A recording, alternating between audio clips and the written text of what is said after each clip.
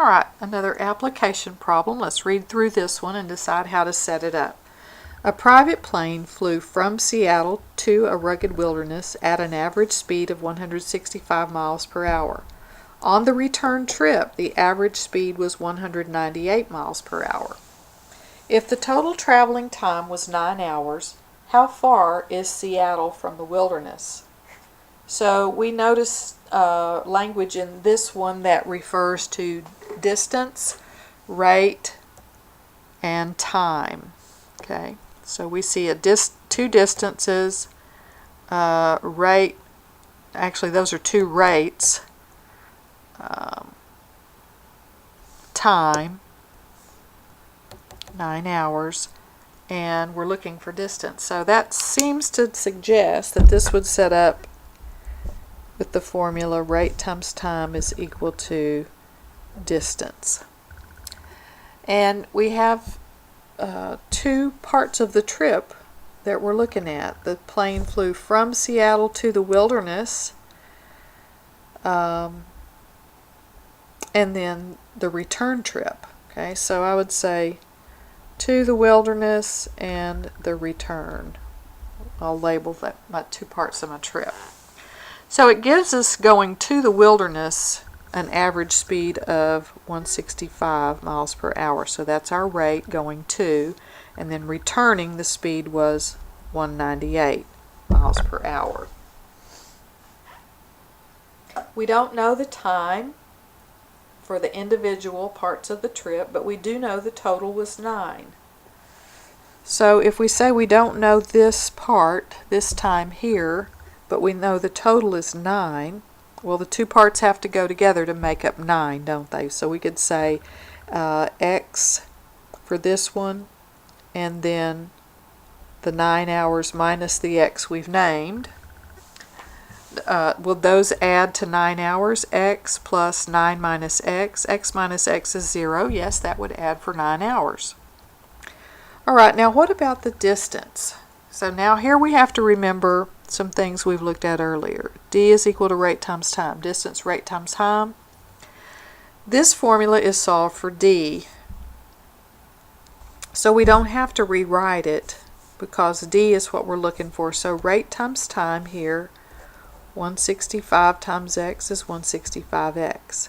198 times 9 minus x. Okay. Now, is there anything that we can do now to set up an equation about our distance? Well, inferred in the problem is that if you take a trip and you return, that the distance should be the same. So we could set these distances equal distances. So 165x is equal to 198 times 9 minus x. Now we should be able to distribute here. 165x is equal to, let's see what this is, 198 times 9 gives us 1,782, and 198 times negative x minus 198x. Alright, so now we should get our x's to one side, so let's add 198x to both sides. And that will give us, move this, we'll zero out here. And what does that give us? Looks like 363x is equal to 1782, and we'll divide both sides by 363.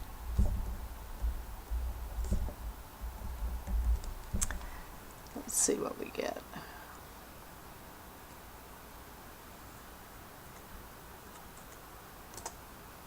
Alright.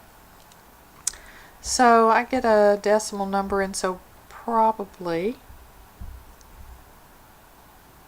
we would want to round at some point. We'll just call that 4.9. Now, we need to take a look and see if we have answered the question. Okay, this is an application problem. We're answering specific questions. All right, so the question was, how far is Seattle from the distance, from the wilderness?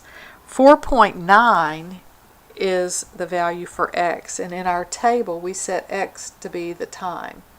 So at this point we need to say 4.9 times 165 would give us a distance. So in order to find the distance, distance equal rate times time, distance equal rate times time would be 165 times the time, 4.9, and we would work that out to be, let's do that,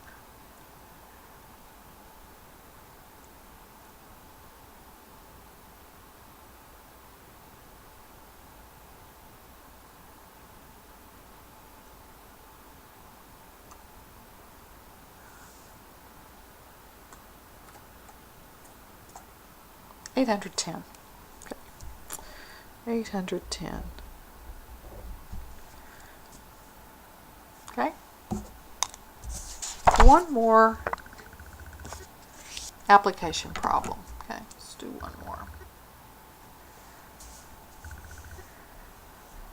The current in a simple electrical circuit varies inversely as, or is inversely proportional to. That's interchangeable language there.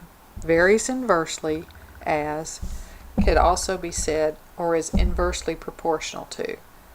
So the current in a simple electrical circuit varies inversely as the resistance.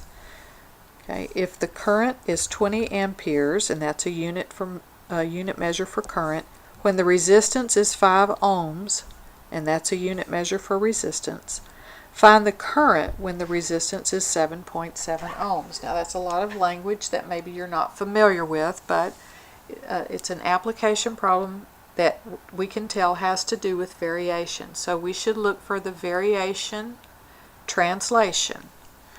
So the current varies inversely as the resistance. So let's let C stand for our current, and let's let R stand for our resistance. How about that? So the current varies, so we're going to put C equal, and we're always going to write our constant next. Inversely, remember, means division. So inversely as the resistance. Alright, so that's our translation, and it says if the current is 20 amperes when the resistance is 5 ohms. So the current is 20 when the resistance is 5. Find the current when the resistance is 7.7. So at this point we're on step 1. We've done the translation. We're going to solve for k. So we want to get rid of the fraction. We'll multiply by the least common denominator. That cancels the denominator. That gives us 100 is equal to k. Now we need to repeat the variation translation, the equation, and we need to rewrite. It says find the current, so we're going to leave the C as a C. We already found the K to be 100. Find the current when the resistance is 7.7, so this time resistance is 7.7. Alright, now what are we going to do here? Well, all we have to do is do the division there. 100 divided by 7.7, and you can do that.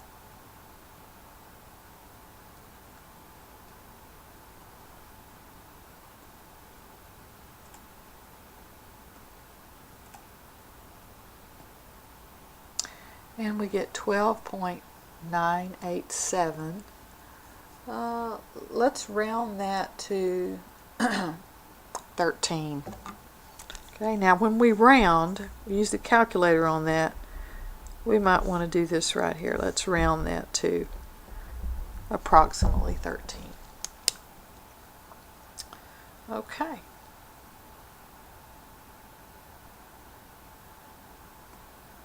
let's let that be it.